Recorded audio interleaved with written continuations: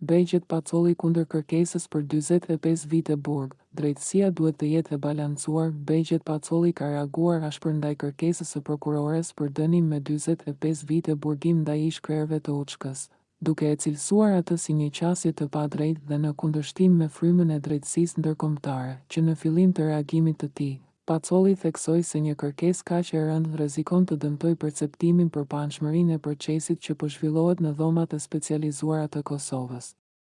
Meseli në Hag. Sipas tij, drejtësia nuk duhet të ndikohet nga narrativat politike, por duhet të mbështetet vetëm në prova të qarta dhe në përgjegjësi individuale. Pacolli vlerësoi se lufta çlirimtare në Kosovë ishte një realitet historik që duhet trajtuar në kontekstin e plotë të saj, duke respektuar sakrificën dhe përpjekjen për liri.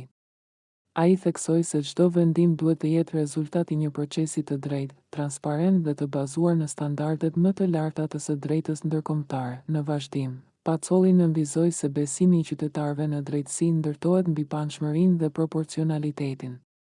Sipas tij, kërkesa për një dënim kaq të lartë, pa një arsyetim bindës dhe të balancuar, rrezikon ta bëjë procesin të perceptohet si një anshëm. Qëndrimi i tij është vlerësuar nga mbështetësit si një zë i matur, shtetëror dhe konsekuent në mbrojtje të parimeve të drejtësisë.